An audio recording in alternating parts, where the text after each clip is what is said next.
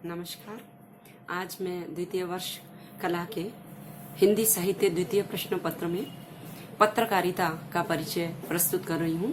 आज का मेरा व्याख्यान पत्रकारिता का स्वरूप और उसका अर्थ और उसकी विशेषताओं पर केंद्रित है। पत्रकारिता को अंग्रेजी में जर्नलिज्म कहा जाता है, जो वास्तव में फ्रेंच भाषा के जर्नी शब्द से बना है और जिसका अर्थ होता है दैनिक कार्य से उत्पन्न।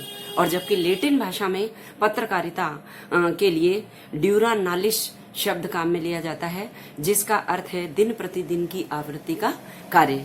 यानी पत्रकारिता दैनिक जीवन में घटित घटनाओं और तथ्यों के आधार पर प्रकाशित समाचार पत्रों के प्रकाशन का माध्यम है। दूसरे शब्दों में पत्रकारिता एक प्रकार से भाषण कला के समान ही तात्कालिक और व्यवहारिक प्रभाव डालने वाली लेखन कला है और जिसका उद्देश्य लोकहित होता है, यानी समाज और राष्ट्र में व्याप्त रूढ़ियों और कुरीतियों को दूर करके समाज में सुधार और जनमानस में स्वस्थ मूल्यों की स्थापना करने का कार्य पत्रकारिता द्वारा किया जाता है।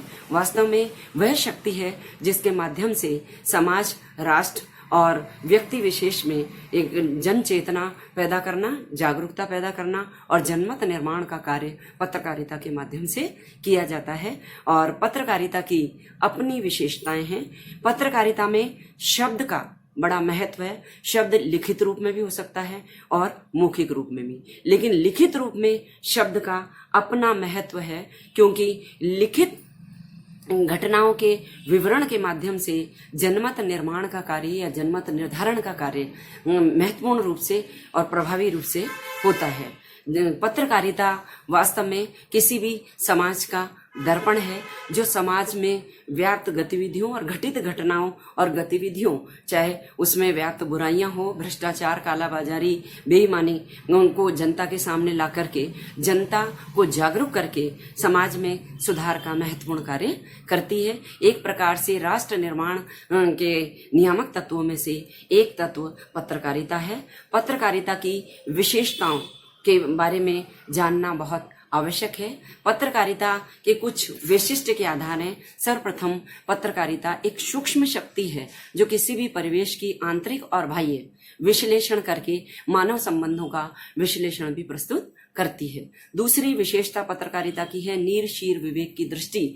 जो सच्ची पत्रकारिता होती है उसमें नीर शीर विवेक की क्षमता होती है, यानी सच्चाई और बुराई दोनों का विश्लेषण करते हुए बुराई की गहराई में जाकर के उसको दूर करने के मापदंड निर्धारित करने का कार्य पत्रकारिता करती है। सामाजिक मूल्यों की नियामिका पत्रकारिता को कहा जाता है, यानी समाज में चाहे आक्रोश हो, चाहे विद्रोह हो या आलोचना की विकट परिस्थितियों में भी पत्रकारिता सामाजिक मूल्यों की स्थापना का कार्य करती है।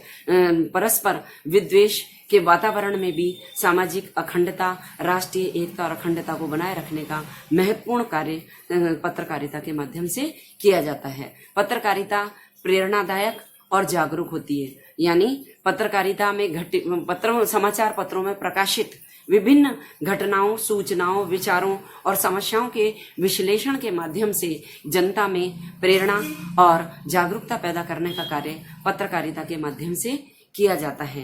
पत्रकारिता विविधपूर्ण और व्यापक क्षेत्रीय, यानी पत्रकारिता का किसी एक विषय में नहीं है, इसकी परिधि बहुत व्यापक होती है और विभिन्न पत्र पत्रिकाओं के माध्यम से विभिन्न विषयों को समाज के समक्ष प्रस्तुत करने का कार्य पत्रकारिता करती है। और पत्रकारिता में देश, धर्म, राजनीति, समाज से संबंध समस्याएं नहीं, वरन खेल कूद, मनोरंजन, हास्य, व्यंग, दर्शन, ज्योतिष और नारी समस्या, इसके साथ साथ व्यापार, वाणिज्य, विज्ञान, कंप्यूटर, इंटरनेट जैसे अनेक वैविध्यपूर्ण विषयों पर अपनी संस्तुति प्रस्तुत करके जनता को विभिन्न विषयों की जानकारी दी जाती है।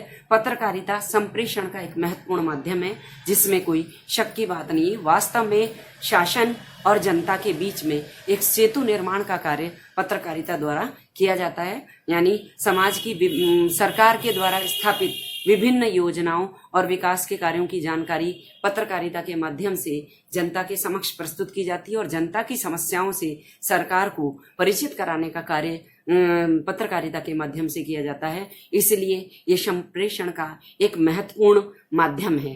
पत्रकारिता एक कुशल चिकित्सक के रूप में, जिस प्रकार एक चिकित्सक रोगी के शरीर की जांच करके उसके रोग का पता लगाता है, साथ में उसका उपचार भी करता है, वैसे ही पत्रकारिता का उद्देश्य चूंकि लोकहित है, लोक निर्माण है, राष्ट्र निर्माण है, इसलिए समाज में व्याप्त बुराइयों का विश्लेषण करके, बुराइयों के तथ्यों को प्रस्तुत करके, समाज में व्याप्त समस्याओं का यथार्थ चित्रण करके जनता को जागरूक करना और इन समस्याओं और विकृतियों को दूर करने का रास्ता दिखाने का कार्य, समाज को एक सही दिशा निर्देश देने का कार्य भी पत्रकारिता के माध्यम से किया जाता है।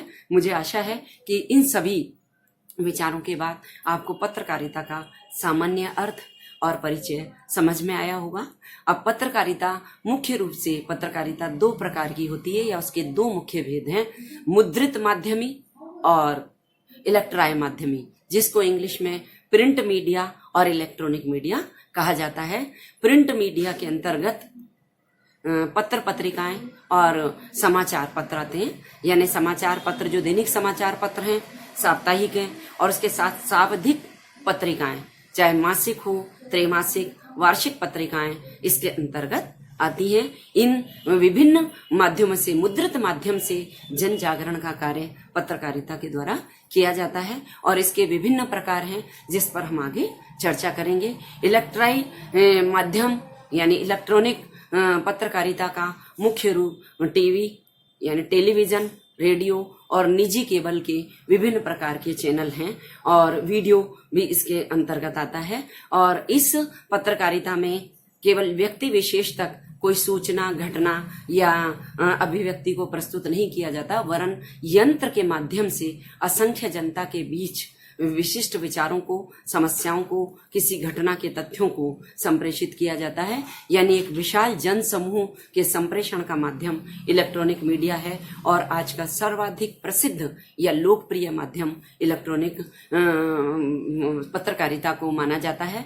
और इस पत्रकारिता और इन पत्रकारिता के भेदों पर हम आगे चर्चा करेंगे। धन्यवाद।